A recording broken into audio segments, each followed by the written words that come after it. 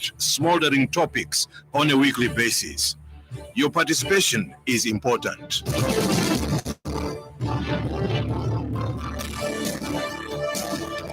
Good morning and welcome to yet another edition, and this is the Thursday edition of the Burning Issue here on the Happy World of 5 FM radio on 89.9 in Lusaka and the surrounding areas. And remember, we are also live on our partner radio stations, and we are live on Tuta FM in Mansa, covering the rest of Luapula province on 90.7.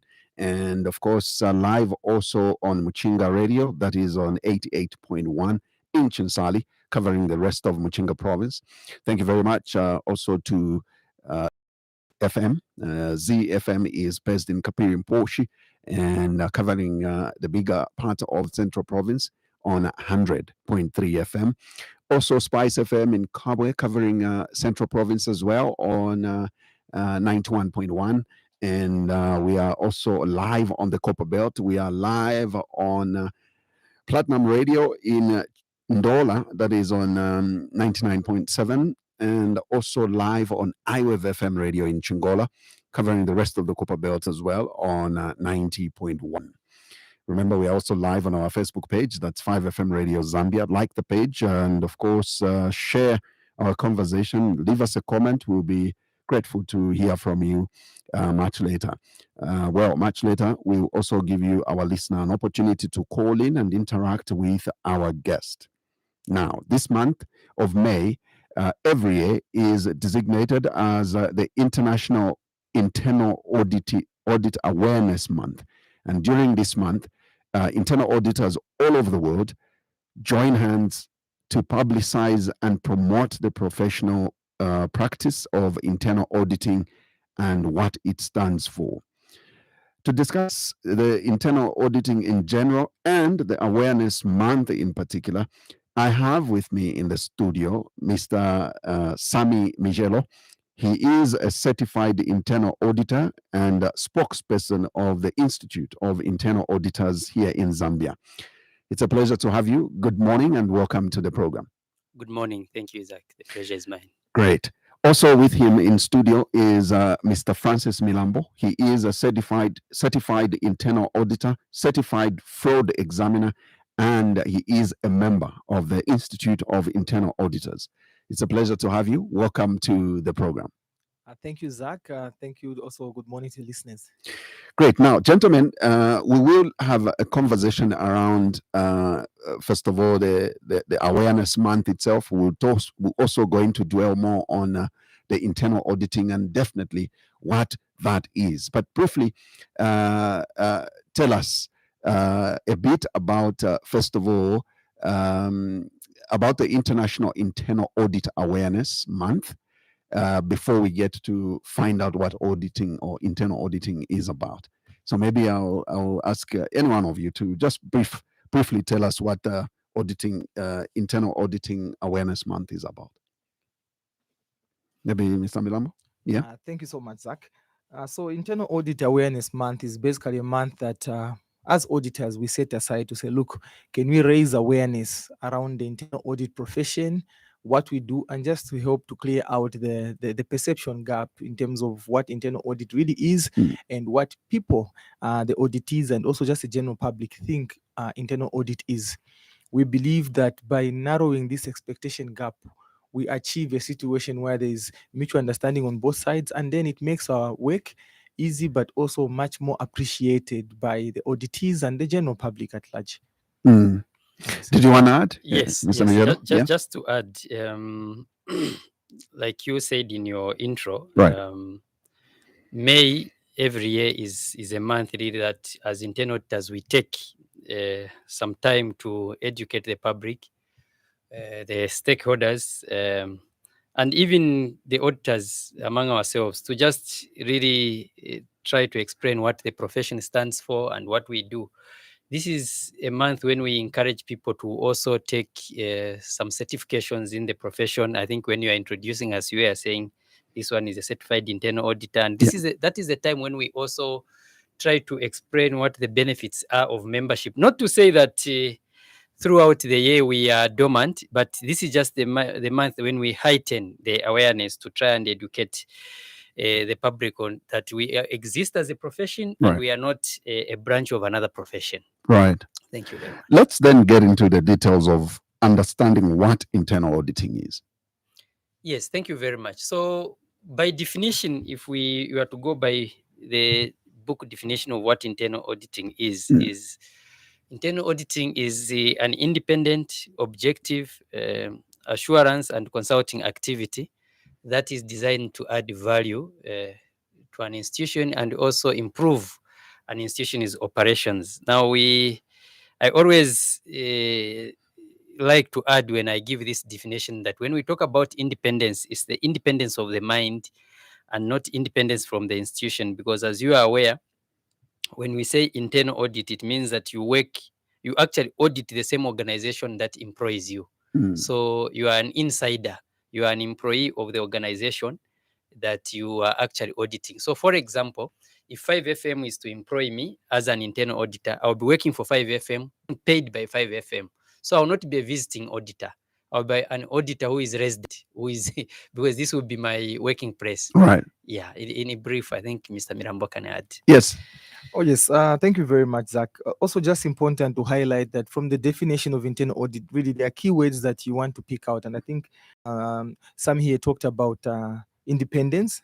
So independence, we work for the organization, but we're supposed to be independent in a way that how we conduct our work and how we report, we should show some level of independence and objectiveness as internal auditors. Now, very important to understand that internal audit is not an end in itself. We have an objective, which is to add value, right? Right. And so the objective of internal audit is to provide this assurance, but this assurance is not just providing assurance to end there. We're providing assurance to ensure that we add value to the organization. Now, how do we add value, one may ask? For example, it could be that we make suggestions or recommendations for process improvements, for efficiencies in business operations, for effectiveness of projects, but also we could prevent fraud. Now, if you lose money, that's value you've lost. So if we can protect that value, protect that money, you find that you'd have, in another way, in a specific, added value to the institution. Now, having explained what internal auditing is, what would you say are some of the myths about internal auditing? Zach, Yeah. Even people who are enlightened among us actually don't seem to appreciate the profession. Like we said in the beginning, whenever you hear of internal auditing standards, it is actually because of the profession itself, the internal audit. The internal auditing standards that we have are developed by the Institute of Internal Auditors Global. And like you've rightly put it, there are a lot of myths in that there are a lot of things that are not true that people think about internal audit. And one of them really, and you wouldn't blame the people, is that people are of the view that all internal auditors are accountants. Now, by way of a sample, both of us are accountants by primary qualification. So Yes. maybe you can see that somehow the myth is justified. But it is not entirely true that all internal auditors are accountants. We are actually looking to people from diverse backgrounds that are non-accounting in nature, to join this profession, because we've realized that if you really have to be an effective internal auditor, you'd have to be almost a jack of all trades. You'd have to have knowledge in different areas, of the company's operations. So because of that, we are looking at having people who are in the legal profession to join internal audit. We are looking at having people who are in the ICT, information computer technology, to join internal audit. So anyway, to answer the question in brief, one of the myths really is to think that all internal auditors are accountants. But like I've explained, it is not uncommon, especially nowadays, to find internal auditors who are actually not accountants by training. But in Zambia here, or should I say even in Africa, most of the internal auditors are from the accounting background. Of course, we cannot run away from the fact that internal audit has its origin in accountants, but like I've tried to explain, not all internal auditors are accountants. We have people, for example, when Auditor General goes to audit the roads, if you're going to look at the quality of the road and you are going to go to town writing what is not right with that road, you may not be the right person as an internal auditor or as an accountant by That's training right, yeah. to actually explain in detail what is not, because your knowledge will be put to question. So you have to, when you go for audits of that nature that requires specific knowledge, specialized knowledge, that requires some expertise of some sort, that is when now you rely on some experts. So we are saying, instead of all the time relying on experts, you could actually have that expert who is an engineer by profession, join the internal audit profession and build on the knowledge that they already have to actually do internal audit. So one of the myths is to think that all internal auditors are accountants. That may not be necessarily correct in practice. Yeah, maybe Mr. Milambo could do maybe give another. Would you like to add? Yes, please. So I think there are 4 myths that I've picked out, and I would just like to speak to quickly. There's a myth that internal auditors are police officers. Internal auditors are not necessarily police officers, though we look for issues of accountability and adherence to policies and procedures. So there's some similarities. The police will look out for adherence to laws, but it's not necessarily that internal auditors are police officers. We are partners with the business. We are not fault finders. We are looking for areas of improvement in operations and in internal controls. So we are, in a more way, a partners to the business to ensure that we improve processes and add value, and the organization ultimately performs better. The third myth is that internal auditors delay things. We are party poopers. We are guys that are stopping everything. But I always say that when it comes to internal audit, if you look at it in terms of a car, right? The better the brakes of the car, the faster the car can move. So it's the same thing with internal audit. We are actually enablers. When on face value, we may look like we are brakes because we tell you, wait a minute, before you do this, have you checked this? Have you covered this risk? And people may think that we are delaying things, but actually we are enablers, because when you have covered those stresses, it's through that process that you are able to go fast. You are able to achieve success as an organization. So we are enablers in many ways than one. Then internal auditors are all knowing. We know everything. No. Internal auditors are not all knowing. We are not all seeing. We do not possess this prophetic vision of a clairvoyant. No, we are not infallible. So we may miss some things based on, for example, the fact that we may work on a sample, but we are not all seeing and all knowing. We actually partner with the business to understand the process, and then we offer our recommendations. So in this whole, there's need for truthfulness from both the business and the auditor, so that when we provide a diagnosis, if you would like to say that, it's based on factual and truthful information, and then we can add value in that way. Thank you. But Zach, I wanted to add that it is good that we are talking about misconceptions or myths about the profession. This is very important because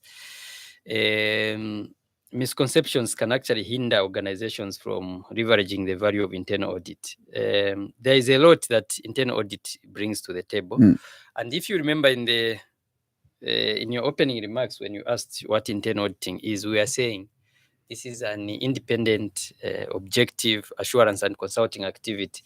And we said that the primary duty of an internal auditor, really, the primary mantra is to add value. So with these misconceptions, if not well handled, they can hinder organizations from leveraging the value that internal audit brings. But really, internal audit is there to bring about improvement in risk management. It's there to boost operational efficiency as well as enhancing compliance. If misconceptions are not well handled, then internal audit even the work may somehow be affected, because there are people who are of the view that, like Mr. Milambo explained, that there are people who are actually of the view that internal audit is just about finding faults. And there are also people who are of the view that there is no other audit that a person can do other than financial audit. So every time you see an internal auditor, then he's looking for a thief, or he's looking for where money has gone missing, or someone is involved in forgery or things like that. But we are telling the public now that internal audit is larger than that. It's all encompassing. It looks at all the operations of a company or of the business that the business is involved in. Zach, and then just to add on also, I think we cannot place much emphasis than we have already on the fact that these misperceptions or misconceptions about internal audit really play a big role in how our auditees behave towards internal audit, but also in how the general public views internal audit. And I've had instances that I've experienced in my internal audit career where I'm supposed to go and perform an audit.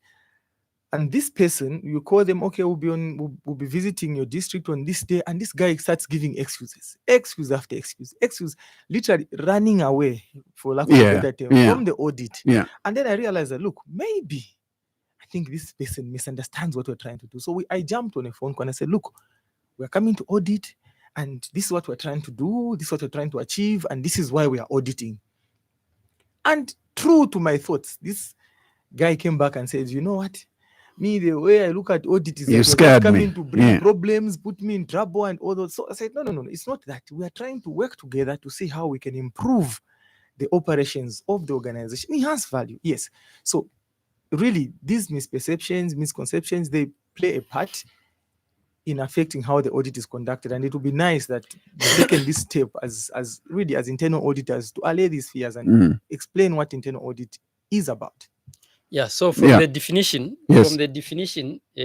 whenever anyone is confused about what internal audit exists for, we'll go back to the definition. Like we say, this is there to add value and help improve an organization's operations. But having said what the misconceptions are, Zach, I think it's also important that then we highlight what the truth is. I think we somehow have touched on that in the beginning when we gave what the definition is. And like he said, we cannot really overemphasize. But really, internal audit, internal auditing, when properly done, offers a range of benefits, Zach.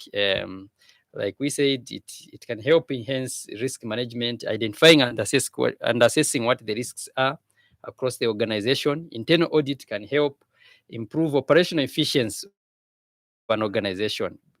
How does this happen is when internal audit helps to identify areas where processes can be streamlined and can be improved. So stronger compliance. And this is again one of the myths. One of the myths of internal audit is that think that internal audit is just all about compliance and nothing beyond that. But it can help achieve stronger compliance by ensuring adherence to regulations and the internal policies. So we can go on and on, Zach. The benefits are many. And I'm also alive to the fact that every institution focuses more on its discipline with making sure that ethics are followed. Let's get down to your institution. I mean, kindly highlight some of the ethical guidelines or indeed principles for internal auditing. Oh, yes. So as internal auditors, like every other profession that is serious about what they do, have ethics that guide us, that shape our behaviors, because we want internal auditors globally to behave in a similar pattern. They may not behave the same, but there is similarity in the behavioral patterns that if faced with certain dilemmas, we anticipate that they'll make decisions that are close to each other. For example, if I have to make a decision and come up with an answer of A to that ethical dilemma, it would be very strange that Mr. Sammy Michelo here sitting next to me would come up with a position of Z. This is too far apart. I think A and B is close enough. So these ethics really are about helping us to be aligned, where when we make decisions, they should be close to each other. And that's how you get respected as a profession. Now, what are some of these ethics? Of course, you must demonstrate integrity as an internal auditor. This means that you must be someone that is honest in their dealings. So you cannot be a crooked internal auditor. There's nothing like do as I say and not as I do. As an auditor, you are supposed to be above board. You're supposed to be an example to others in your institution. You are supposed to adhere to the same rules that everyone else in the organization adheres to, but you must go above board because you are in a position of trust. You are preaching these things as well. Please do them.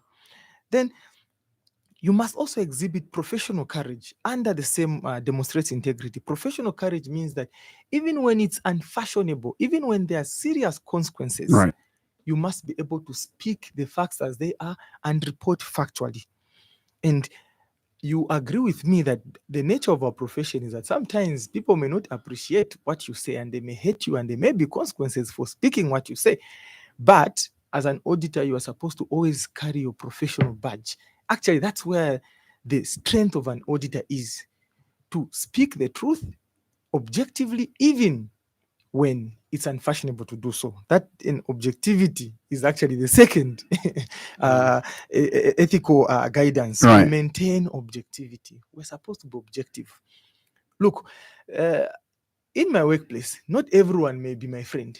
I may not appreciate the conduct of some people, but if I don't appreciate them on a personal level, it should not go to my work.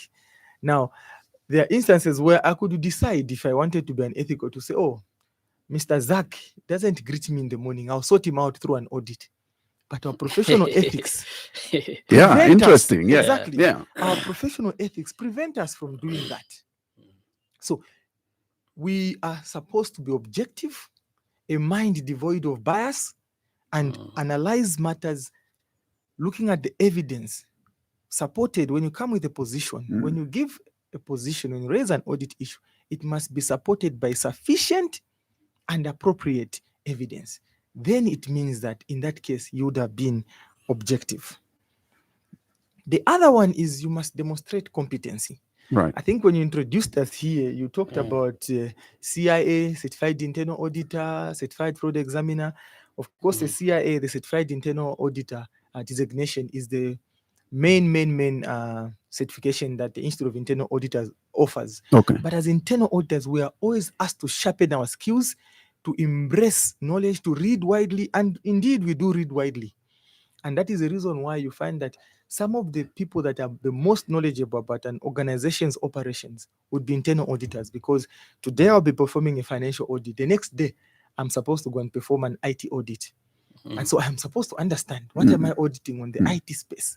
The other day, I may be auditing the legal department. I will be asked, what do you understand? What does the law say? What are the best practices in the legal profession? So you are supposed to research that, read that, and understand that. And then I will talk about also exercising due professional care. This is very important because the work we do, if you remember from the definition, we said that we audit in a systematic and disciplined. We adopt a systematic and disciplined approach. This speaks to professional due care. We are supposed to look at the standards. What do the global internal audit standards say in terms of how they guide our work? So we don't do our work in a topsy-turvy way. Our work is an organized profession. Our profession is an organized profession, disciplined profession. We have a process. We make a conclusion. It's supported by evidence so that you and I can sit and say, this is what the evidence says. How can we work on this? So very important. Auditors don't operate in a vacuum. They are guided by the global internal audit standards. And we had the new standards coming into effect on 9 January 2025. So this is what guides internal auditors. And finally, auditors are supposed to maintain confidentiality. You cannot be a kachepa and an auditor at the same time. And now there are many reasons why you can't be a kachepa and an auditor at the same time. Because by the nature of our job as internal auditors, we come across confidential information. We may see people's salaries, we may see people's contracts, and because of that, you cannot go out there and say, oh, I saw Zach's pay. This is what Zach earns. Or I saw Mr. Sammy Michelo's salary. This is what he earns. Are you aware that Mr. Sammy Michelo is under investigation? Then people stop trusting you. The next thing, you are requesting for information from the auditees, they're not giving it to you. Now, you see how much effect lacking confidentiality can have on our profession, but also it can cost the organization monies, and it can also undermine the integrity of financial services and institutions. For example, I may be aware as an internal auditor that my institution is planning a merger with another institution. and I go there and I start informing people that, are you aware that our company is going to buy company C? Then people now start quickly going to buy shares in company C because they expect the share price will go up in a few days' time. So all these things affect how we conduct our work as internal auditors. So we are expected to be above board. Not all actions may be stipulated in terms of what is wrong or right, but as internal auditors, we are asked to use our professional judgment to ensure that our conduct is above board all the time. Yeah, Did you want to add? Yes, you see, Mr. Michelo? he has done a very good job, and pretty much everything has been said. But I wanted to say that just to add, competence is important, and this is also critical and crucial that internal auditors get it, that it is not right for you to accept to undertake an audit when you are not very knowledgeable in that particular area. So do not accept to do work that you do not have the necessary competence to do, because your knowledge will be questioned. So it is very important that competence, the professional ethics. And I was just thinking, as Francis was running the ethics, that this is one profession, Zach, that aligns with Christianity. I don't know if you're a Christian, Zach. Very much but so. If you look at these things, even at church, the same things are emphasized. When somebody has confided in you a matter, you will not go out and say, look, then you will not be a good counselor, marriage counselor, or anything in that line. So there is a lot of information that is going to come to your knowledge as an auditor during the course of your work. You are not going to go about to share information anyhow and to everyone. So information is given on a need-to-know basis. So it is very important that confidentiality is observed. Now, these things are easier said than done, Zach. They sound theoretical when you are just speaking like this. But when you go on the ground, from experience, I'll tell you, I know audit from the external audit point of view and also from the internal point of view, having worked for Office of the Auditor General for close to 10 years. Now, when you go on the ground and you begin to interact with these things, practically.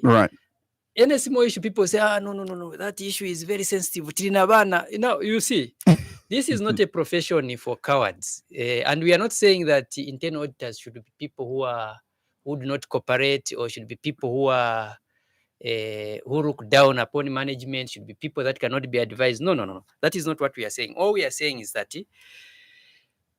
in a very respectful way, in a very professional way, put things the way they are. You are not going to call a spade a big spoon. A spade should be called a spade, and say things for what they are, and only then are you going to add value. Remember, we said that whenever you are confused about what audit exists for, you go back to the definition. The primary duty is to add value to an organization. And how do you add value? You have to deal with things with the facts as they are. People can be entitled to their own opinions, but no one should be entitled to their own facts. So you state things as they are. If the business is going down, you are making losses, your report should say so. But if you are going to say, our management, this one, I think they won't like it. No, so you are a bad advisor as an auditor if you advise and then you insist that your audit should, your advice should be taken by all means. There are auditors who get very frustrated. You have been advising and no one is getting my advice. And I always tell people, say, look, when you've advised and there is a record that you've advised, your job ends there. You cannot then insist that your advice should be taken. Interesting. I thought I should. Did you want to add something? Yes, Zach. Mr. I thought it's very important that I speak to this, and I talked about professional courage because I always tell people, and even when I speak at conferences, say, look, if you don't have a backbone, then maybe the internal audit profession is not for you, because the nature of our profession is that we will at one point or the other deal with these ethical dilemmas. And you see, the thing about ethics is that there's no sacred cow. Even the most careful person is going to, and they have to make a decision. Now, when we sit here, it's not that we've never been bruised before. I would tell you that I have been bruised before in my internal audit career, but I told myself, look, it's okay. There are times maybe you are invited for meetings where there are sitting allowances and they are making a decision and you say, look, this is not right. We cannot do this. And they realize that you are being firm. They start to see you as a party pooper. The next thing you notice, they don't invite you for these meetings with allowances. Yes, of course, you miss out on the allowance because maybe it's good money. You can do something for your children. I mean, if you have children or your family. But the allowance in comparison to what our profession dictates, I would rather go with my professional ethics and lose the allowance. It is well.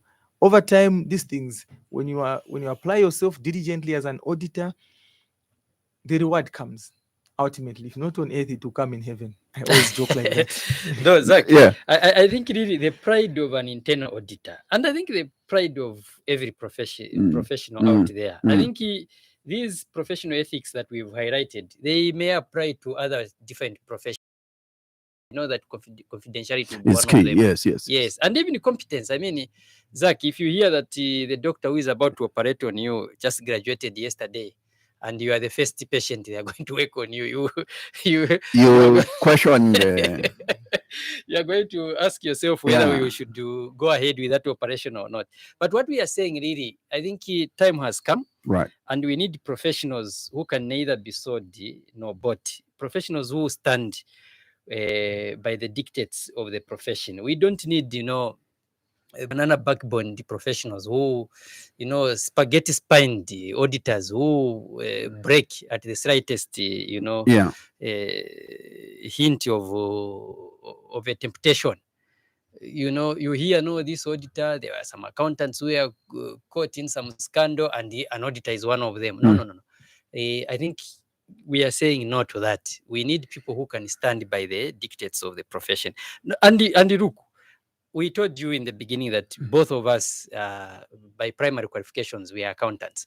Even in accounts, we have these professional ethics. So you wonder why you begin to find that. And sometimes I laugh. People will tell you, no. I think when I get into internal audit, I'll be a man and woman of integrity. Look, wherever you are, even in accounts, you can still be a man of integrity. Yeah. So what is important is really to abide by the dictates of the profession. That way, you begin to add value. And in fact, before we move in, I needed to ask a question around ethics, because obviously that's where indiscipline is found and so on. Have you had as an institute, have you had members that have been found wanting, and what is the disciplinary structure like with your institution? The answer is yes to the first part of your question. Right. Because most of the internal auditors are also accountants. We've had those situations, and under Zika, you go through the disciplinary committees. That's right. But what is important also, remember we talked about confidentiality. These are not issues you can bring to the public at the slightest sight of the same, because you want the alleged victim to go through the process. Yes. So that should he be found wanting, the law can take its course. But should he be found innocent, he should be able to walk with his head high. Right. So only when the matter has been finalized can you get to hear these things. It's not a matter when it just happens, you quickly come in. But you see, look, we live in the same country, we read the same social media, these things have happened. The challenge that we've had ourselves as an institute is that we are not yet registered, and so we are trying to push for that so that we get registration through an act of parliament. Right. And once the bill has been done, then we can begin to put in some of these things in place. But look, whichever, like we said, internal audit is rarely a profession of first instance. So you come from, maybe you're a medical doctor, you come to internal audit. You're an accountant, you come to internal audit. You are a lawyer, you come to internal audit. You are an IT professional, information technology, you come to internal audit. So when you have been found to be on the wrong side of the law, one of these professions will still kick in and address your issue. Oh, yes. Yeah. But generally speaking, it is always advisable that you allow the case to run its course, so that should the individual be found innocent, they should be able to work with their head high. We don't condemn people at first instance. Right. Because there are some things that look like someone is a thief, someone is a criminal, someone embezzled funds. Yeah. But the moment you get to dig a bit deeper, you find actually the individual is innocent. So you don't want the person to have their innocence but walk with shame. Yeah. No. So in brief, unfortunately, I can't really be more specific than this. Indeed. Let's then move to the next step. And for the sake of the listeners, just be able to explain and differentiate for us between internal auditors and external auditors. What is the difference? Who does what and who can't do what? Yeah. So Zach, from where we picked the discussion, right? We said that I think in the definition it's not very clear that this is an internal, this is an external audit. That's right. But of course, that was internal audit we are talking about. That's right. But basically, when you say internal audit, internal means inside. Yeah. An employee external, of an organization, but an auditor. Yeah, I think we made reference to yes, that. Yeah, so you did. As an internal auditor, you are an employee of the organization you are actually auditing, or an organization you are working for. Right. Okay, so an external auditor is an auditor who audits other organizations. In other words, you are not an employee of the organization that you audit. So whether you are a public sector external auditor, meaning you are from the Auditor General, or you are an external auditor from one of these private audit firms. Yes. You go out to audit other institutions. You go out to audit ZESCO, you go out to audit Bank of Zambia, but you work for PricewaterhouseCoopers or Grant Thornton. That's right. So basically, those are external in that they do not work for the organization that they audit. But also, so the moment they audit the organization that they work for, then at that point, they are doing internal work. So in this case, then, is this external auditor coming to audit an internal auditor? No. This is what I was trying to say, because That's when right. I was with Auditor General, sometimes we would get a team from within to audit. But that was before we had an internal audit department. Now there is an internal audit department. So Auditor General go and audit other organizations.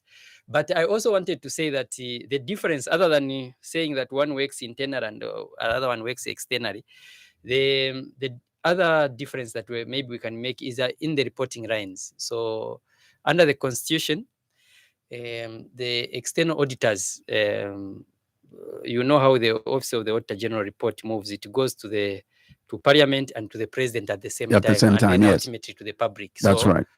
The reporting line, the Auditor General really ultimately reports to the public. But then internal auditors report to the internal structures that are there through the audit committee and also through the management, maybe through the chief audit executive, and then it goes to the audit committee. But other than the work is internal, external. Then the other one is the reporting lines. So I was trying to say that internal auditors, they also report internally through the chief executive officer, and then ultimately the audit committee, because you cannot take something to the audit committee that has not been discussed with the chief executive officer. Right. But also the mandate, if you look at external auditors, they really, theirs is to look at the financials and express an opinion. That's where you hear they have issued a qualified opinion, a non-qualified opinion. Now, when we say the audit report is qualified, it's not that it has passed. It actually means things are not okay. But unqualified means is actually in the positive. I thought I should say that the external looks at expressing an opinion on the financials, but an internal is a little bit broader. So if you are looking for another difference, really, I think that external audit is a bit narrow, while external audit is a bit narrow, while internal audit is broader. So because you're looking at the organization holistically. Yes. Okay. So has to do with the mandate, really, because the external auditors, the focus more is on the financials, to give an opinion as to whether the financial statement present a true and fair view. Right. So there are more focuses on the financials, and probably they adopt more of a sample approach to their work. With internal auditors, of course, we do sample, but maybe we pick on bigger samples because, first of all, we've got more time. Yeah. We are part of the organization in most instances, so we've got more time in terms of to look at things, but also we look at processes from a wider perspective. So the scope generally for internal audit is wide, you know, and then also the external auditors are not part of the institution, as Mr. Michelo said. That's they're not right. part of the institution. The external auditors are coming from outside there, and in most instances there may be a requirement by law that they must perform this work. In certain industries, internal audit is not a requirement by law, but any institution that really wants to add value and wants to do a much more should have an internal audit department. And I was reading one including private including private sector, because you see, internal auditors are with you day by day. You speak with them, they see risks as they come. So we are basically auditing at the speed of risk. The external auditors come at specific points in the year, but the internal auditor is always with you. So they see these risks, and in an environment which is called the VUCA environment, risks are always moving quickly than before. And because of that, it's important that you have this department in your organization that is looking out for these risks, saying, look, are we looking out for this? Can we do better here? Can we improve this process? Yeah. And I think that adds value. So let me give you a scenario and probably just try and clarify. You would walk into an institution, for example. I mean, I've received phone calls before, you know, for an institution that tells me, oh, you need to make payment for this and that service that you got because we are being audited. What would that sound to me? Are they receiving external auditors or are they being audited internally? Well, that one it can be either of the two, but mostly you find this external auditor. So like he was explaining, my external auditors won't break a mozi in a year. In most instances, it's once. So when I hear that, I should think that it's an external auditor. No, it could be an external or an internal, because sometimes people just don't put documentation in place until they are asked for it. Right. So sometimes an internal auditor may be inquiring something, then you just realize, oh, we actually paid without an invoice. So let's ask that supplier to provide an invoice. Oh, we actually did this without that. So it can be internal or external. It just depends. But all we are saying, I think I wanted to mention something, Razak, that without really sounding like we are promoting internal audit above external audit, I think that management of different organizations out there, then should know that they need to give internal audit its right of place, because these are people who are with them, as opposed to external auditors who only come at a specific time, only looking for a specific, only there to express a specific opinion on the financials. So he talked about internal audit being there throughout, and now we are talking about continuous auditing. So really, these are people who bring out all the weaknesses that an institution has. So if it is given its right of place, if it was in the Bible, internal auditors would be like John the Baptist, the one that goes before Christ, and the external auditors to only finalize the work. So if you give these people who are insiders their right of place, then things will be well even before external auditors come, because you are going to address, believe you me, because of the knowledge that an internal auditor has about the organization work for, there is very little that an external auditor would bring out that would take an internal auditor by surprise. So in all of the cases, the things that external auditors bring out, internal audit, except maybe the other one is being listened to, the other one is not being listened to. Because this other one is an employee. And I think that you are taking me to actually my next question, but I think partly you've answered it. But I would still want to know, why is it that only the work of external auditors is publicized and nothing or little is heard about the work of an internal auditor? Yeah, thank you, Zach. I think it's also to look at how the two professions are designed. Remember, in most instances, an external audit will be a requirement by law that it should be performed. Now, because of that, these audit reports normally companies will publish mostly a lot of companies will publish their external audit reports, because also these may be needed. For example, you may want to get financing, you may want, people ask you, do you have your audited accounts? So because of that, you find that the external audit reports trickle more in the public domain, because companies will put them on their websites, they'll put their financials and all those things. Yeah. Exactly. But with the internal audit, because of how we report, so internal audit, we report functionally to the audit committee of the board and administratively to the CEO. And when you look at both these are internal organs of an organization that we are reporting to. And when we perform this internal audit, it's about improving the internal processes of an organization. Now, external auditors may come to audit and they may rely on the work of internal auditors. It depends in what context, but really internal audit reports internally, and our findings normally will end with the board, audit committee and the board, and corrective action is taken in the institution as we track. Yeah. And how important is the work of the internal auditors to the external auditors? Remember, I asked that question much earlier, but then I'm sure now it comes out in a better way. So maybe you can take us through that. So how important is very important. It's crucial actually and critical. When I was an external auditor some years back, this would actually be, once you've done the entry meeting, this would be almost like the starting point. Once you've done the introductions at an auditee's place, let's say you are at Ministry of Community Development, once you've done the introductions, you've spelled out to the permanent secretary what you are there to do and what kind of information you will need. The next thing, among those things that you need, one of them is the internal audit reports. And thereafter, actually, you ask to have an interaction with the internal audit so that you can begin to have a look at what the insiders are saying about that particular organization. Right. So in other words, external audit places reliance on the work of internal auditors. That is how important the work of internal audit is. So external audit, like we explained already, is a bit narrow in that time. It is time pressured. You just come for a little while to do a particular type of work, and once you are done, you move out of the organization, you go to another institution.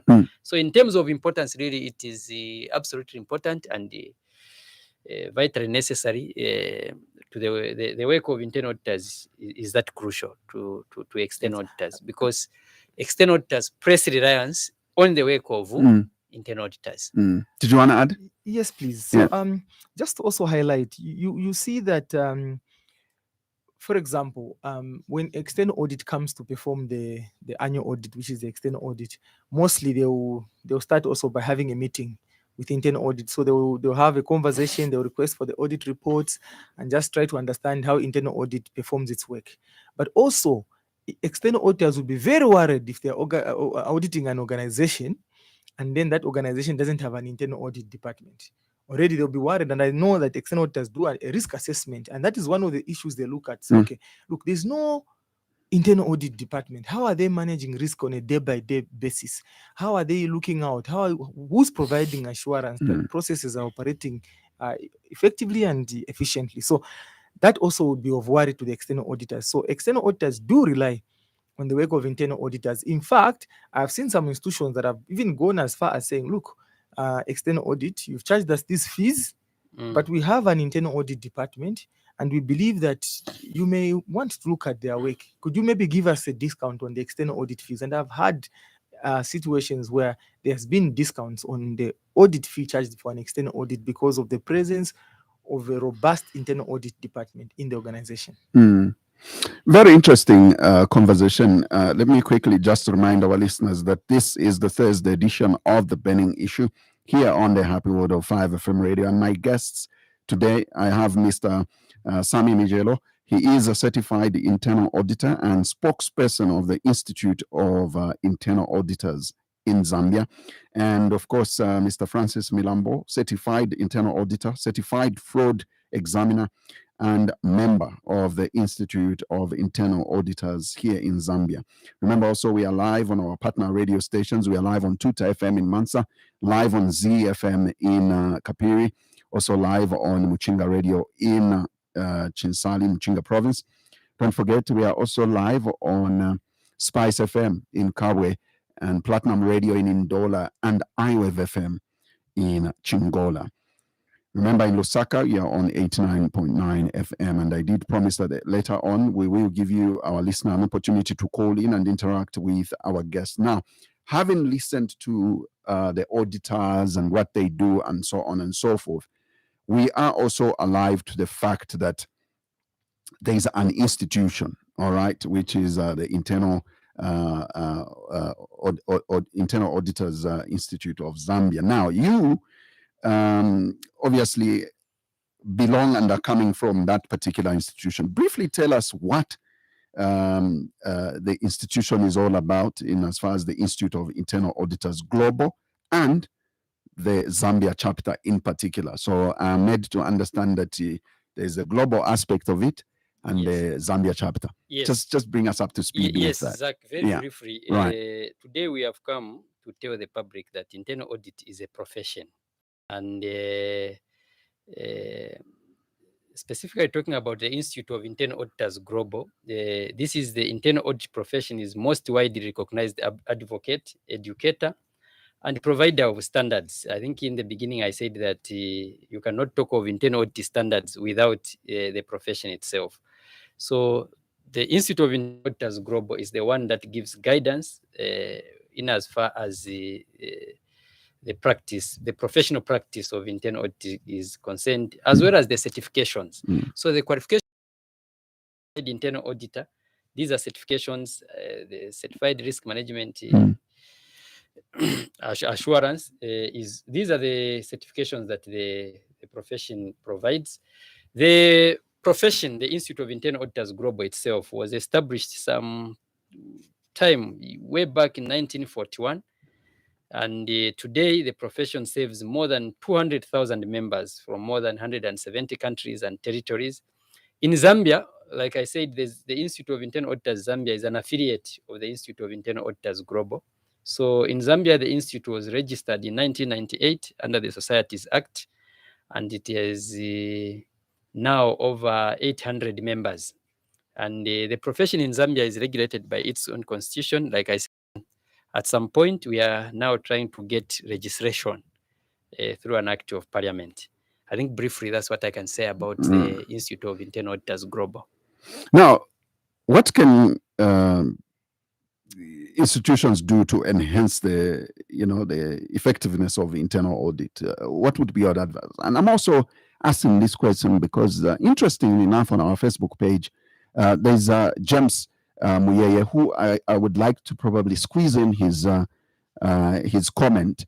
He says, good morning. Now that the central government has pushed more money in the local councils, internal auditors are gatekeepers. So how are you helping internal auditors who are in local councils so that they improve and help the local councils? And I think that the reason I brought this one in is because my next question to you is, what can institutions do to enhance effectiveness in internal audit? And I think it's about effectiveness that James Muyeye is bringing.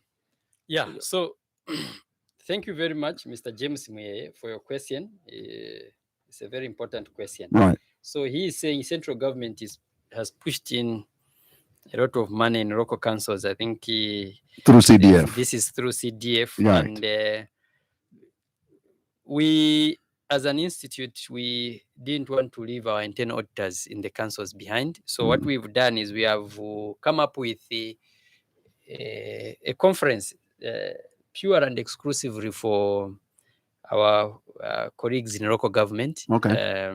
We will be having it this year sometime in July. I think this will be the third year that we'll be having it. We started, I think, 2 years ago. This will be the third conference that we'll be having. And this is where we bring together the auditors from local councils and just bring, the best among us to speak to them and to point to them the things that they should be in the lookout for, the various pieces of acts and regulations that they need to acquaint themselves with. There have been acts and regulations around the issues of CDF. So any auditor with his sort, and any auditor that means well, needs to go through these and begin to know what to look out for in their audits. Like you've said, really a lot of money. You know, when you talk about 36 million to one constituency, it's quite a lot of money. So, I mean, even 1 million is a lot of money. That's right. So auditors have a lot to do. So in terms of what we are doing as an institute, we have come up with this conference where we meet our colleagues for some good 3-4 days out there where they cannot be disturbed by the pressures of work. And we just begin to go through their experiences and some of the things that they need to do and look out for in their work. So I think at a local level, this is what we've done. But also, we are calling upon auditors, also even in the local councils, to undertake, professional certifications like the ones we mentioned: the Certified Internal Auditor, the CRMA. These are things that will help them to do their work. Now, when we speak like this, Zach, other people will say, no. My papers here seven's and cheat. You've heard people who speak like that. No. These boys are just getting papers, but they don't know the work. But getting the qualification, because you need an experience for you to work effectively. You cannot get one at the expense of the other. So we are encouraging people to say, please get certified. Get, an internal auditor who is not knowledgeable is an embarrassment, to say the least, and can be a danger to the institution and also to themselves. So we want people to be enlightened, let people be knowledgeable. So we are inviting our auditors, even the local councils, to say, look, next time you appear before Public Accounts Committee, like you don't know what you're doing. We've seen that. We've seen that. Not sure if those are your members, but the whole point is that much as a lot of money now is being sent into councils, it means that they are more on camera. Yes. And therefore most of them will appear often at Public Accounts Committees. Exactly. And we're on that issue. You see, even when we are out there, communication is something that is very important in our profession, because even when you are going to advise management, you should know how to put your message across. So communication is very important. But people who are not journalists, who are not in public relations, they will say, no, I'm not a public speaker. And I encourage people to say, look, you may not be a public speaker, but one day you'll be asked to speak in public. So it is important that you just get to some of these soft skills, know how to put your message across, Mr. Milambo? Yeah. Yes. So how do we enhance the effectiveness of internal audit really? Yeah. I think first of all, hire the right people. Because I think when you hire the wrong people to do internal audit work, you have the wrong results. Now, it's easy to identify the right people. Normally, there are minimum requirements that you would have on an internal audit job. Just ensure that those requirements are ticked by the person that you are hiring. So the person you're hiring should have the skills. If possible, we encourage people to get the CIA certification, because the CIA certification, which is a Certified Internal Auditor certification, guides you on how you should perform audits. What do you do in specific situations? How do you manage an internal audit department? How do you manage an individual audit assignment? So all those things are there in the CIA certification. The second part is have the right environment. I always tell people that you can have the best auditors, but putting them in the wrong environment presents a challenge for them to work. And we ask even those that are tasked with governance of institutions, those that lead institutions, listen to audit, bring them close, understand their perspective. If you don't agree, engage and have a conversation. But don't go and say, internal audit has written this report, now I'll show them who is boss.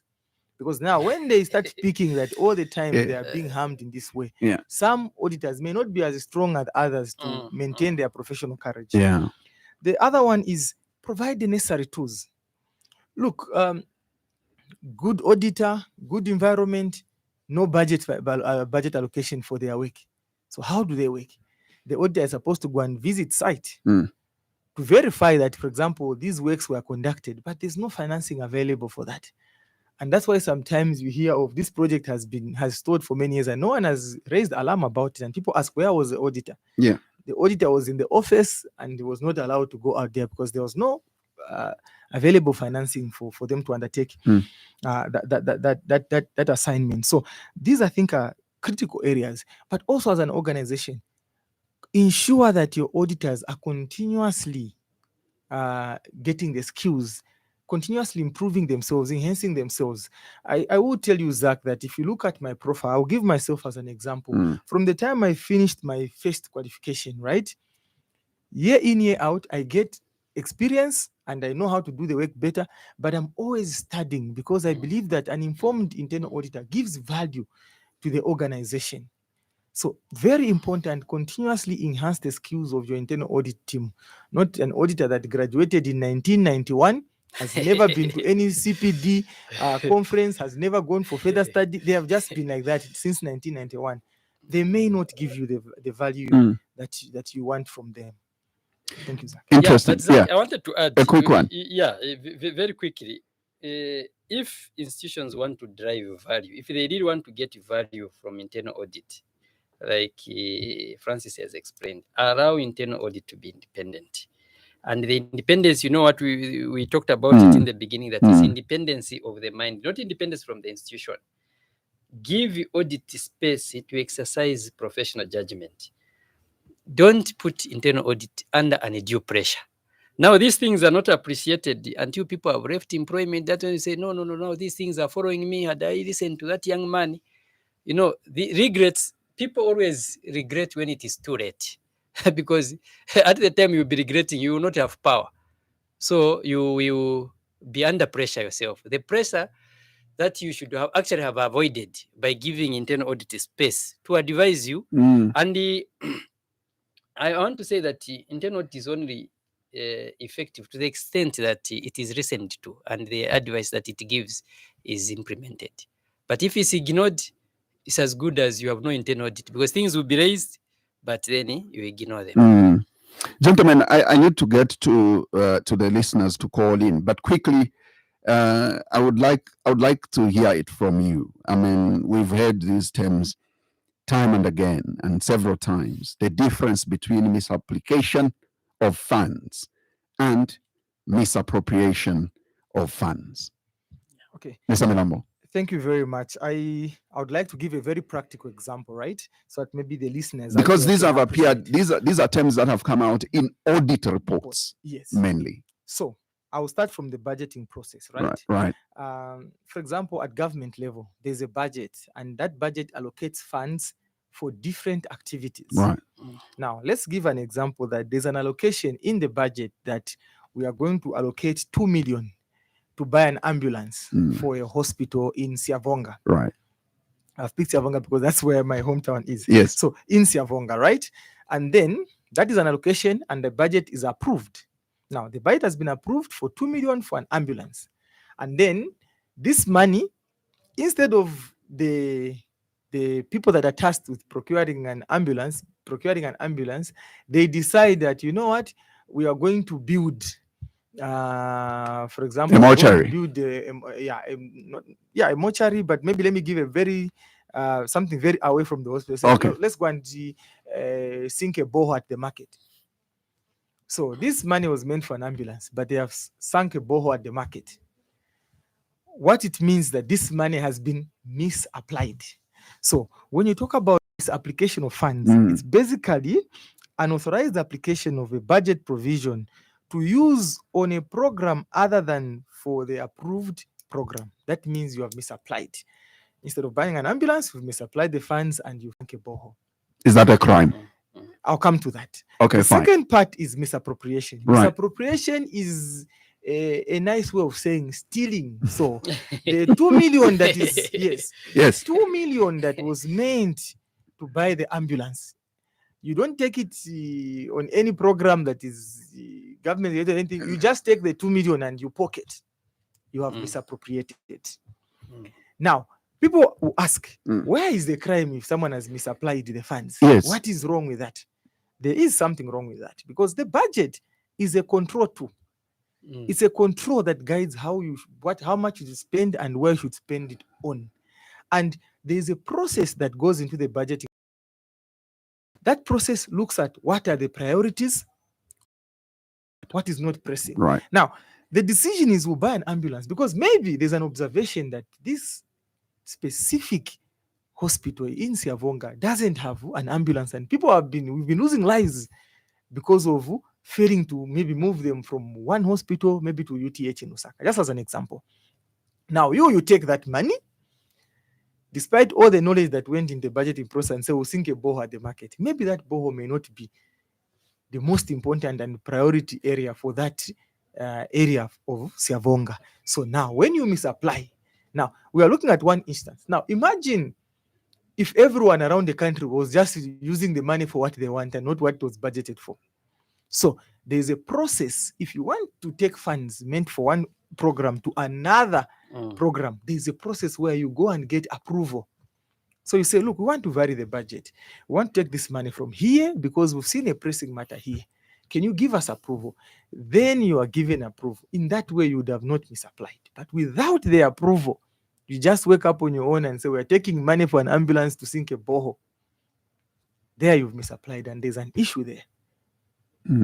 Why I'm interested in that is because I think that I've witnessed public accounts committee interrogations sometimes where you find, and because we have these appointments, so the person who was in charge of a council is moved to some other, and there's a new one.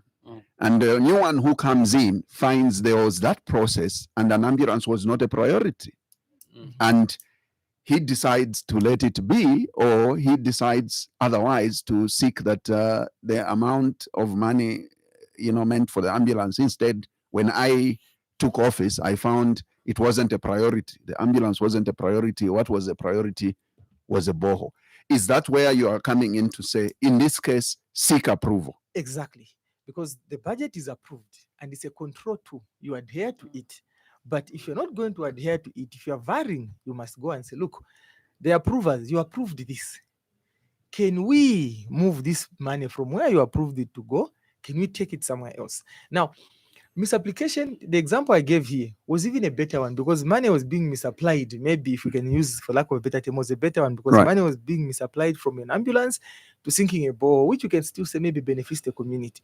But there are instances where money has been misapplied from buying an ambulance and people took DSA to go on some trip somewhere for some conference somewhere. And this, you see now the challenge here. Yes. Instead of service delivery to the community, this has gone purely to an administrative issue, and service delivery has suffered at the hands of an administrative issue. So misapplication is a real big issue, and there are consequences for that, really. And of course, the message out there is that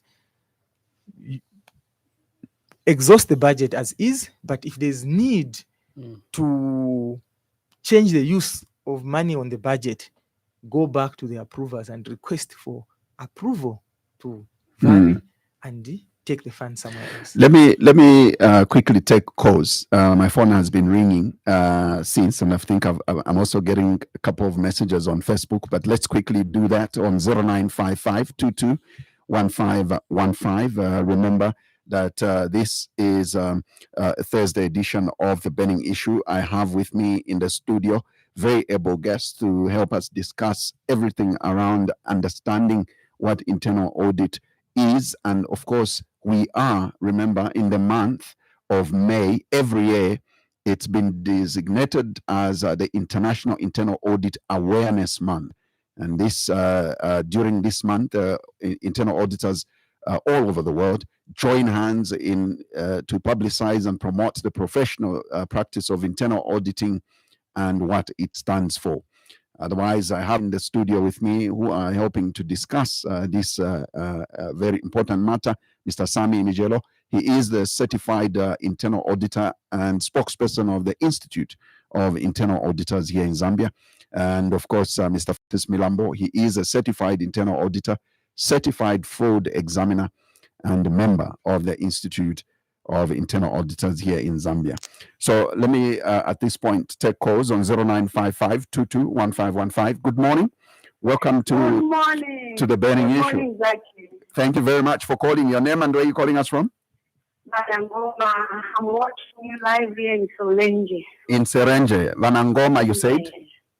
Yes, greeted those two gentlemen. Good morning, gentlemen. Yes. Morning. Good morning, Your line is a bit bad. Okay, can you hear me here now? Much better. Please stay right there and make your case. Please go ahead. Okay, thank you so much.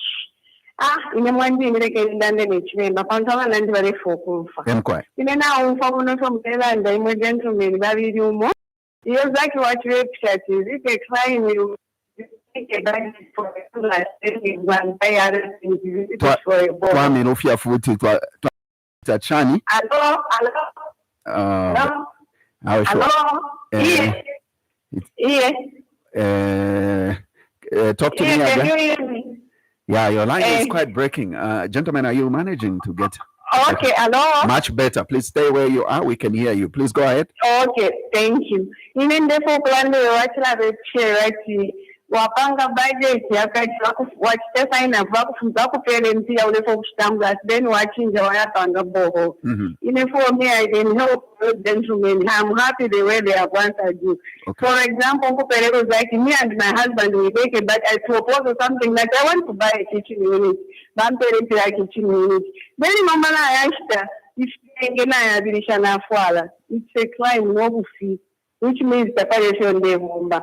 Because the state that station they focus on I have to do whatever I requested that money for. That's what I have to do. I have to go and buy, make sure Papa transfer. Yeah, the line is getting bad again. But the line is getting bad. But thank you.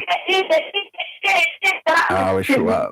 Vanangoma, your line got very bad. We hardly heard you, but the message was gotten. And I think that she gave an example of herself. She says you're doing well. And I think that you have explained very well, because also she gave an example of herself that, in budgeting at home. And I think that she somehow admits that they are big on misapplication. These are our wives. But but basically she gives herself as an example to say, if I say to my husband that I need a kitchen unit and I go and buy clothes instead, this is bad, and which I think she simplifies it better. She said that it was good for her friends as well. Let me quickly take another call. Good morning. Twashubuka mwashubuka shana imwewe ne line taire mfika bwino sana. Sure, network na issue. Sure. We are unable to. Please call us back. We seem to be having a challenge with network. Most lines are not very good. Let's try another one. Good morning. Hello, good morning. We still seem to have quite an issue. I've got something on our Facebook page. Let me get this from Katongo Malama. Interesting discussion, gents. And good morning, Francis and the other gentlemen. My question is, do the IIA Zambia, which obviously is Internal Audit Zambia, I believe, collaborate with state institutions like Auditors General and Internal Auditors under Ministry of Finance to assist in managing some of the government internal audit works, and also just offering advice on how internal audit can be conducted? I think it's a very important question, but let me quickly give you a caller. Good morning. Mr. Zaki, good morning once again. Good morning. Thank you very much. You sound much better. Did you call earlier? Yes, Mr. Nguni from Chuempala, Chingola. From Chuempala, Mr. Nguni, Chuempala in Chingola. Yes, Nguni Mkwai. Mwabuka shani mwari papa leo. We know. Mabuka shani. I can't wait for the auditing of 2026 beyond 2031. Wishe umuntu nga baimba bo using public funds. Hello umuntu wambo kulipisha. No receipt, no whatsoever. Are you going to audit it?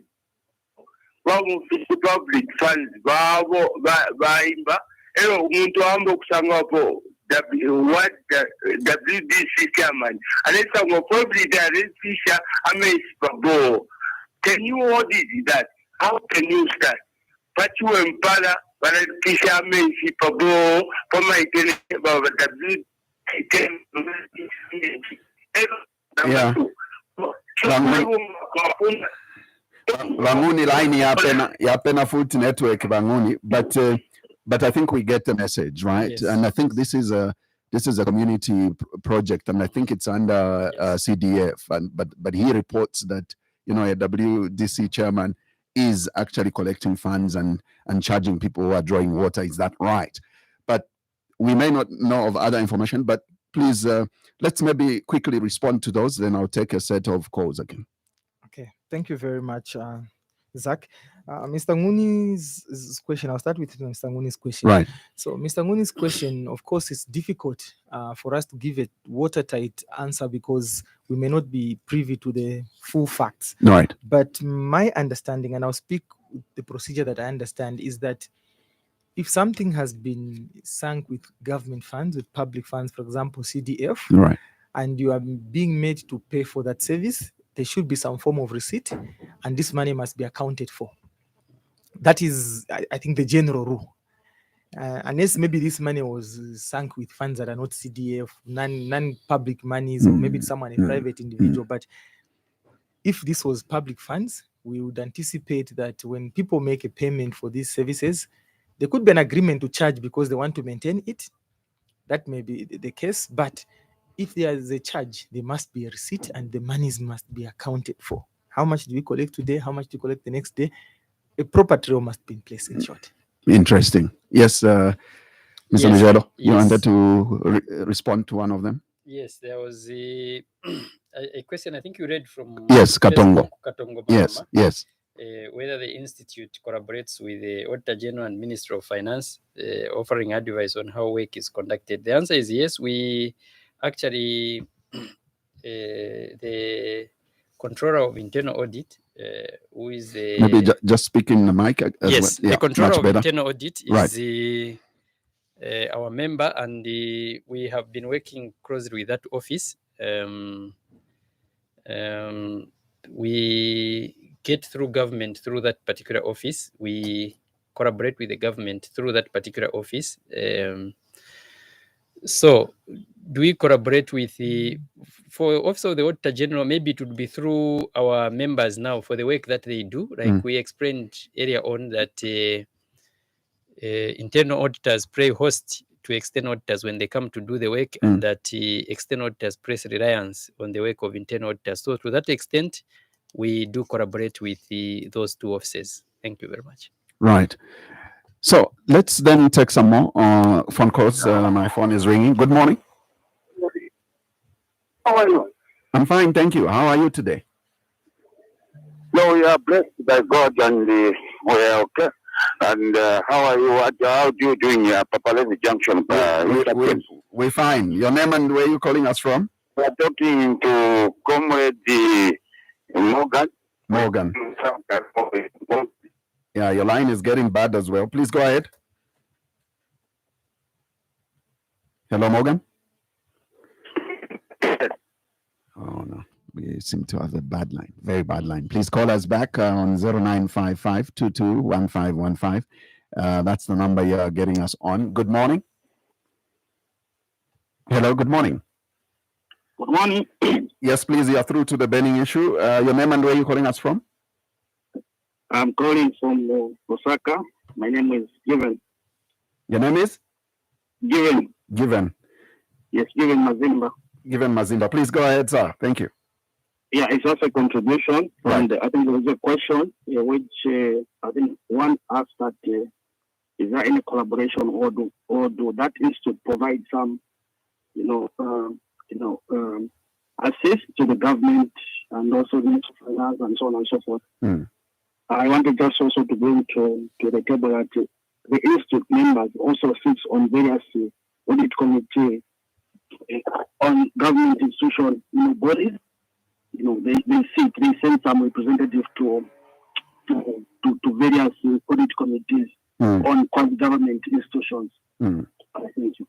Thank you very much for that very important addition or contribution. Let's take some more on 0955-221515. We have one here. Good morning.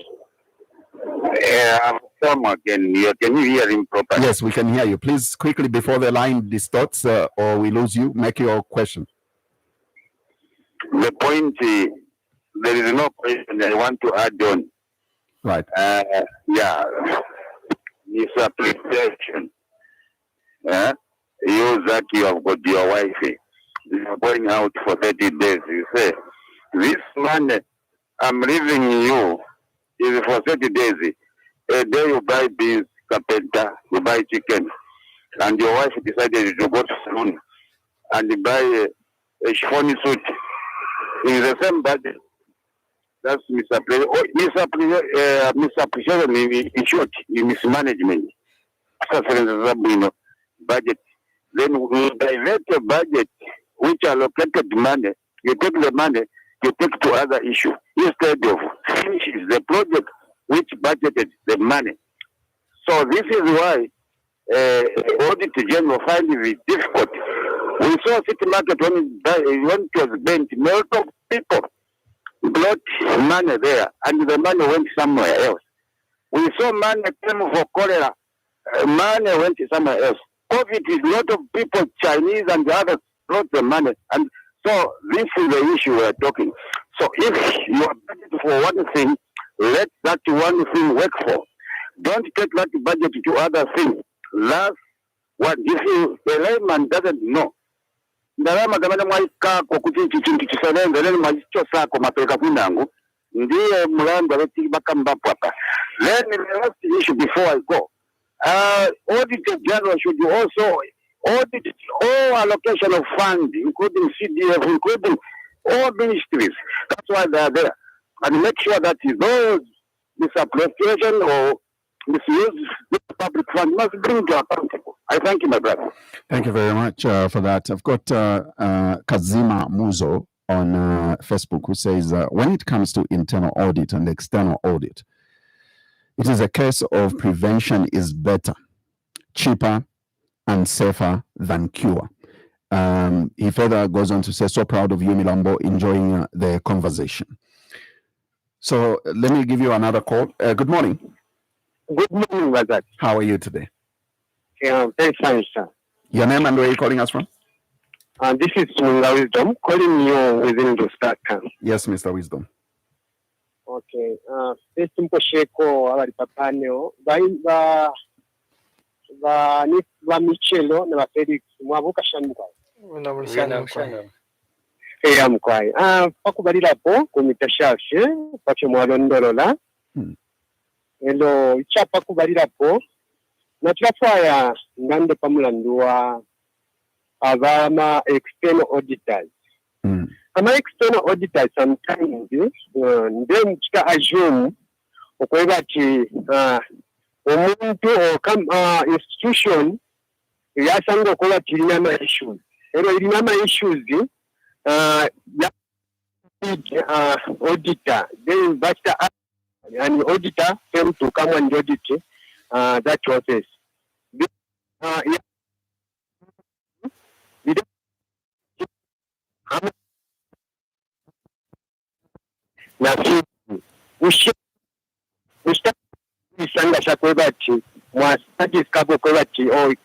Institution organization mpiashari report kuisa kulaba kupora kuiti onse konkapo then ya last na tilafa mbende pamulandi wa kuchingamle audit okuipisha pamulandi wa kuchingamle audit then mwansa ngo kuba kujama receipt due follow up okuwa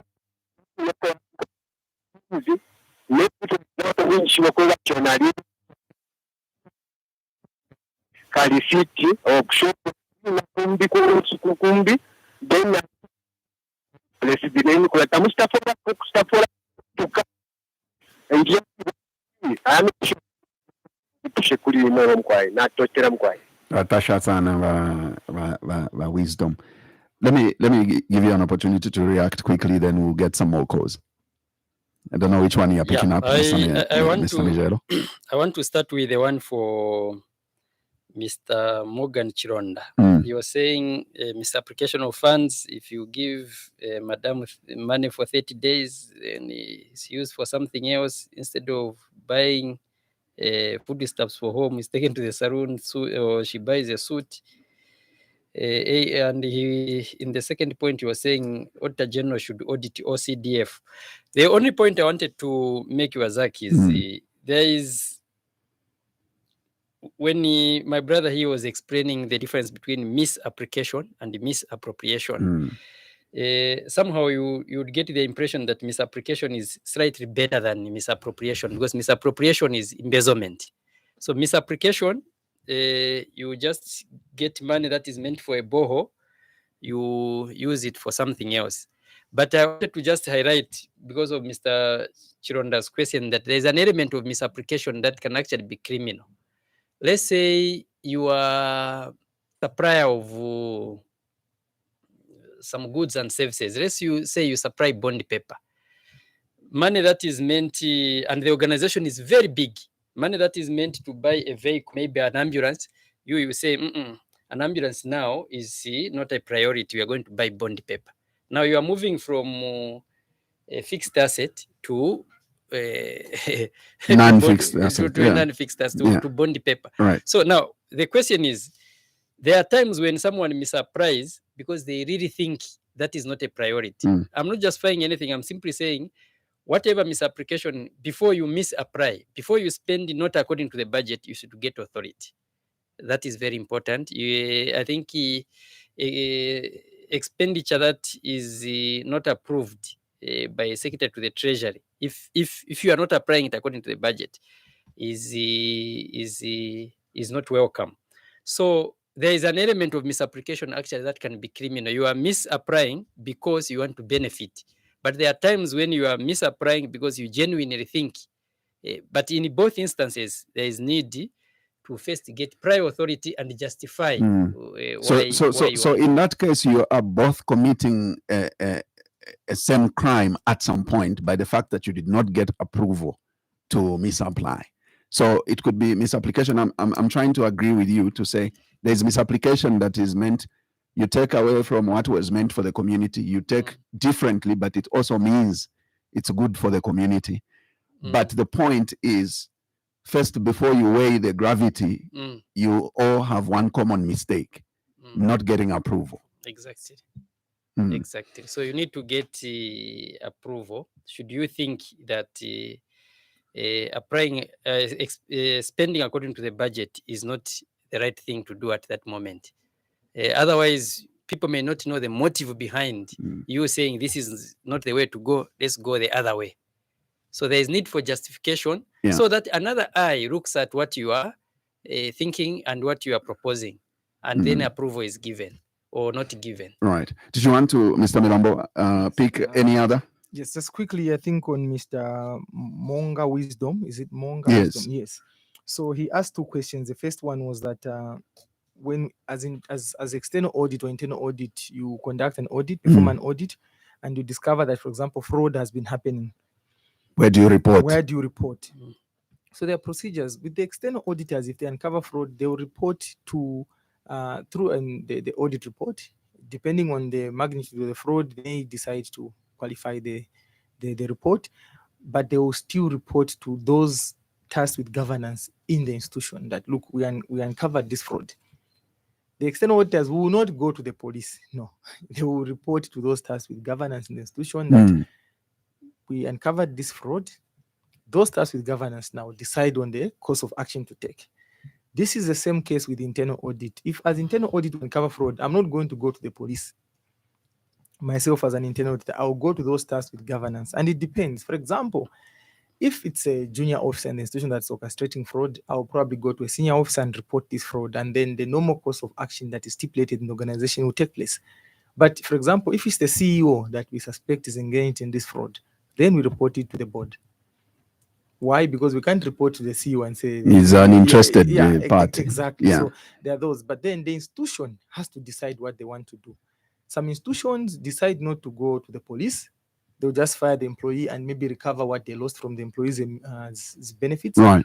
Others will decide that they will go to the police and report the matter to the police. That's now an issue of those tasked with governance to decide what they want to do in that instance. I hope that answers the question for Chongo Kasonkomona, who actually sent us a question. Are the internal auditors' reports discussed in Parliament?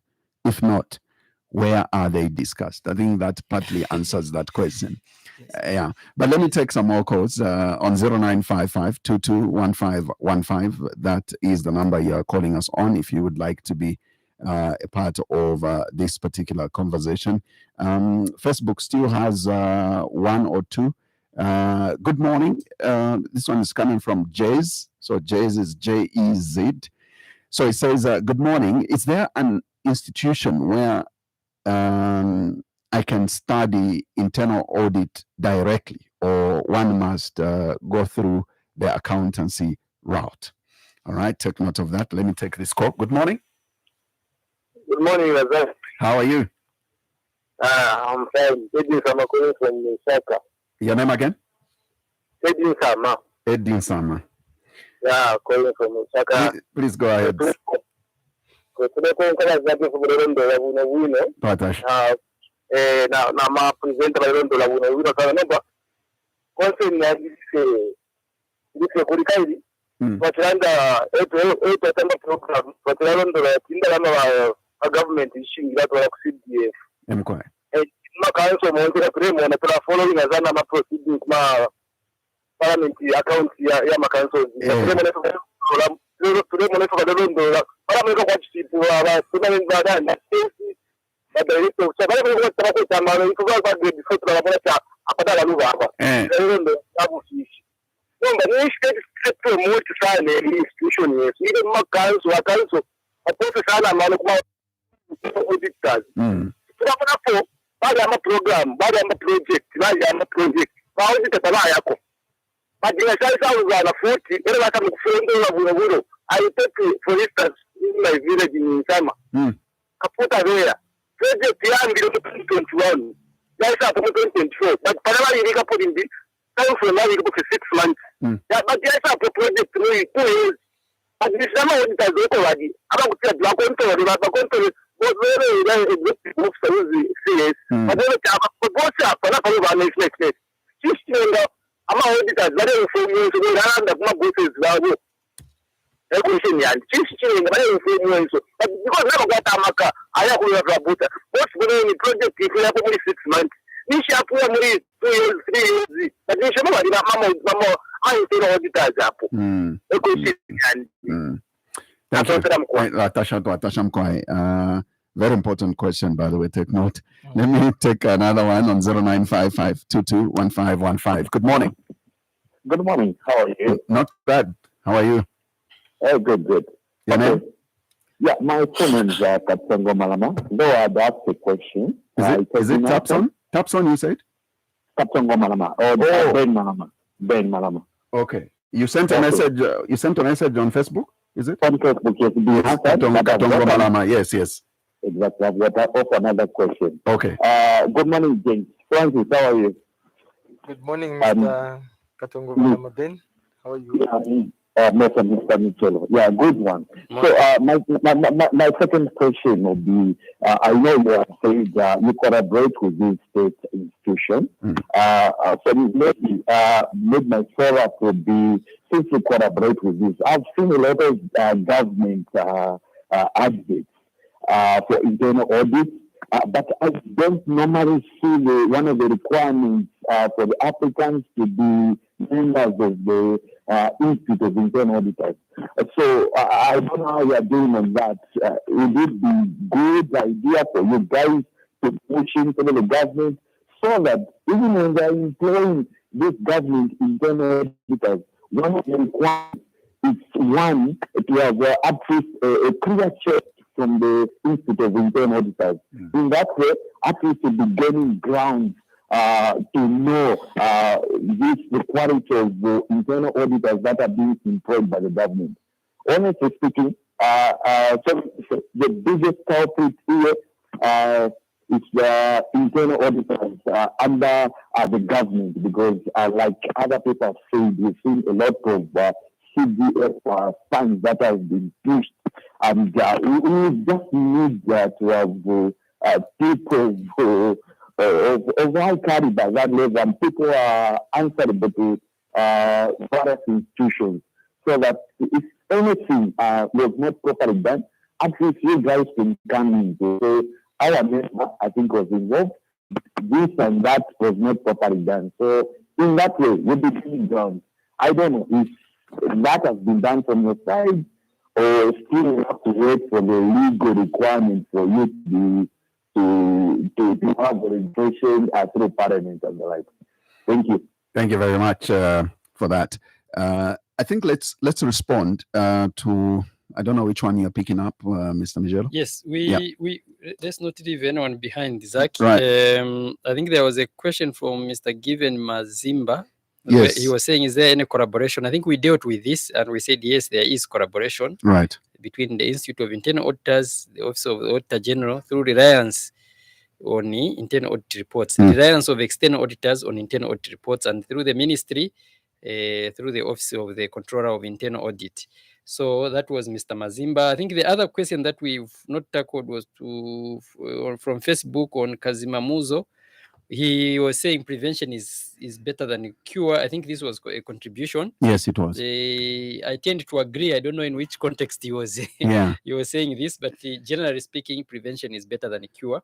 Now, JZ, is there an institution that one can study internal audit? Yes, there is. We have been promoting the Institute of Internal Auditors Zambia. This is an institution that offers these certifications like the Certified Internal Audit. So does this mean that it's sort of a school where one has to learn something? Because I think he means that, do I still have to be an accountant? Do I go through the accountancy route? Or I can just come to you with my grade 12 and learn internal audit? Remember we said in the beginning that internal audit is like a qualification of the secondary resort. So meaning that you should already have you should be a professional of some sort. Of some sort. A professional, let's say he's a lawyer, then he can come through. Because you'd have to use something as a matter of fact, right now, there is an MOU that has been signed between the Institute of Internal Auditors Global and ISACA, which is the information system. This is an institution for information systems auditors. So those that have done can just come through and do an exam and they get certified. So there have been many MOUs. I know that with Zika, we are trying to do one between Zika and the Institute of Internal Auditors Global. But there is already one between the Institute of Internal Auditors Global and the Association of Certified the Association of Chartered Certified Accountants, ACCA. Okay. So there are all these things. He can just call us or come through to our offices at the Institute of Internal Auditors Zambia. Then we can guide him. And where are you found there? We are found at the Lusaka Museum, the ground floor. Okay. That's where our offices are. And just to add on also, just quickly. Yes.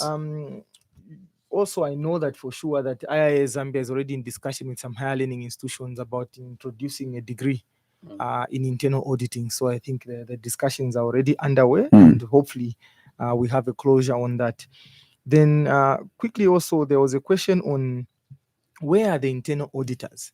And this question keeps coming up. Is this the one from Mr. Eddie Nsama? He talked about where are the internal auditors. Now, if you remember when I was explaining what you can do to enhance the effectiveness of internal audit, I said, number one, hire the right people. So I'm not saying that is the case, but sometimes if you don't hire the right people, it compromises the quality of work in terms of internal audit. Secondly, create the right environment. Look, there are some of us, maybe for lack of a better term, maybe for lack of a better term. So we have this professional courage that, look, we've made a finding, we're not dropping it in the absence of sufficient and appropriate evidence to the contrary. Because when I'm raising a finding, it's supported by sufficient and appropriate evidence. If I have to drop that finding, give me evidence to the contrary that says that is sufficient and appropriate. Then I'll drop the issue, not just for the sake of dropping it. But I've had situations where the controlling officer calls member of staff and says, this can't go to the audit committee, this remove. Why am I removing them? Now, the question is the auditor courageous enough to say, no, I will not do this? I did highlight the fact that also the tools, if the auditor has never been provided the tools, for example, to go and inspect a project, it's difficult for the auditor to know that this project has gone for 2 years without being completed. So we need to also provide the necessary tools to support them. Ultimately, and I will still insist on this, professional courage. Zach, why you are seeing me here, and I believe this may be the case also with Mr. Michelo here. Yeah. There are instances when I've been bruised, like I said. I've been bruised because I took a stance and I said, no. I see this in this way, and here's the evidence.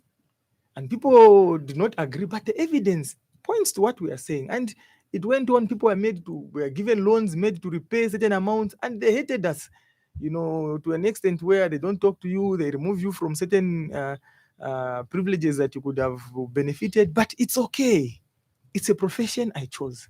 And I'm happy when I walk out of that office one day, or when I'm done with my internal audit career, that I would have said, look, I was an auditor with the name of internal auditor, and not just the one that was ticking the boxes and scared to speak out. And I think that's what should define us. Now, I'll be very interested in this because you've brought it out, and I think that it's important for our listeners to understand that your job is not an easy one. Now, I have had reports I've heard in the news of how auditors have been threatened, their lives literally threatened, that if you are going to report this matter and I lose a job, you will lose it before I lose mine, or I will kill you. I mean, we've had reports where people have been trailed, auditors have been tracked, their lives are in danger. I mean, at the end of the day, we are human, and some people probably give up. Maybe let me just let this be, because I mean, why should I lose a life? It's just a job. I mean, do you have such reports? Do you have such experiences, gentlemen? Zach, I think you remember when we were just having a conversation before we came on radio. Yes, I did mention to you that I had an instance, for example, where I was performing an audit and there was some fraud involved there. And this person literally walked to me and said, if you don't konka, and no one will understand why you got mad. And I was much younger than I am now. And I really got scared. The first thing is I ran to my colleague, my fellow, I said, look what I've been told this side. I started calling my parents. Can you imagine what I've been told? But these are realities that auditors are faced with. This was, of course, on the extreme part, but others are you get transferred. Others that you're no longer involved in, because when you're part of the meeting, you raise these issues, they start saying, this one, that's Mangis. Yeah, because for example, people may say, no, let's go and have a conference at Sunday's Creation, just as an example, right? Now, that's Chiranga, boundary-wise, and people say, oh, get DSA. Because we'll get it. And then you speak out and say, look, guys, I'm supposed to be part of this meeting, and I don't think it sits well with me that we're just going here and we're getting a DSA when our homes are just close by here. Next time you find people have omitted you from there because you spoke out, right? Now, these are things that happen. So auditors do pay a price. In this case, when you say DSA, what is daily that? subsistence allowance? Okay. You are paid as if you are spending a night. Okay. But this person is not spending a night. It's just next to their and you raise that issue. If you stay in Chalala, for example, you're just next door to Sunday's Creation. Yes. Why am I going to spend the night? Yes. Why am I getting this? Yes. And I mean, people will get and not even sleep at Sundays because it's a DSA they got. So the point I'm trying to raise is that there are all these issues that if you spoke out, sometimes you are isolated. Sometimes a project, the auditor is only told to come and give their views after it's, they are running an ERP software. And then the auditor is not involved at any point until it's live. Then they say, auditor, come and audit. But they could have called you and you could have said, guys, have you put access controls in place? Have you put segregation of duty controls in place? Then you avoid those issues. So some of the reasons why the auditors don't give value to institutions is because they are not involved. Involve them in your strategic meetings. When you have this strategy, call them. We are trying to roll out this. What are your views? What risks do you see? If we can move as a team, then you see that a lot of the challenges that we face are going to be resolved and worked on. Bazaki, Yes. Mr. Edin Sama's question, he was actually saying, why do auditors fear? So, because the question says why, so you start by saying because there is a lot to fear. Like he has explained, this profession I think, is... not to cut you short, I think he also alluded to the fact that he's played witness to Public Accounts Committee conversations. And he says, when you see a director being questioned, you literally can tell that he has no collaboration with his internal auditor. He knows nothing that he could have actually gotten from the internal auditor at that point. Are these some of the things that you would say these are signs of the work environment for probably an internal auditor and his bosses? Yeah, exactly. So there's a lot that happens, and I always challenge internal auditors to say, look, if you are, others will say, no, some of us know how to work, we work for 5, 10 years, there's no confrontation with anyone, everyone is just comfortable with you. And I tell them, look, it means there's something you're not doing right. If you really are going to do your work with integrity, with objectivity, you are going to have challenges, because the world that we live in, not too many people are straight. You become a hindrance to the wrong that someone wants to do. So auditors fear for various reasons, and it's difficult to itemize them just now. But what I will say is that I think the encouragement to internal auditors is that we are not money. Not everyone will like us. So because people say everyone likes money, but look, we as auditors, we are not money, and we should at no point be under temptation to behave like movie stars, so that when you arrive, everyone is saying, oh, Babwera Manja, and everyone is happy with you. And it is not like that, because your plans are not the other person's plans. And Bazak, can you imagine someone wants to receive money, a lot of money, then you as an auditor, you say, okay, this book I have is a regulation, it says this, so because of this book you cannot. It doesn't make sense. So you say, so I can't get money because of the book, because of what is written in this book, I can't get money.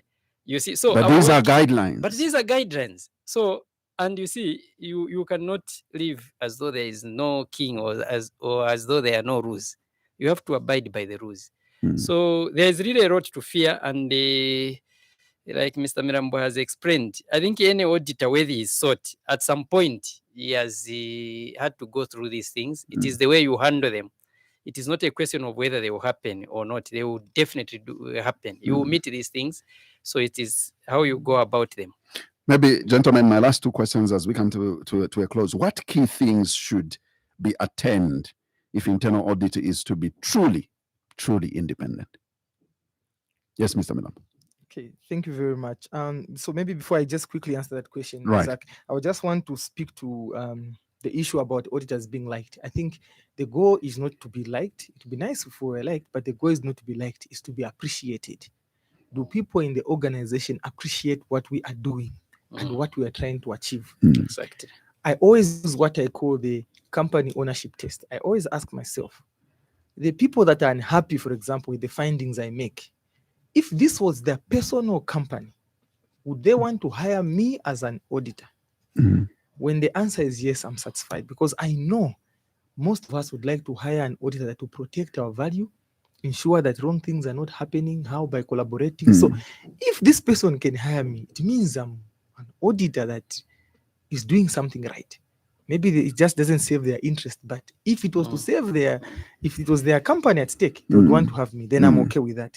Now, how can internal audit independence be truly attained? Like we said, independence of the mind, right? Not independence from the organization. So what this means is that we have structures. For example, the standards say that we must report functionally to the board audit committee.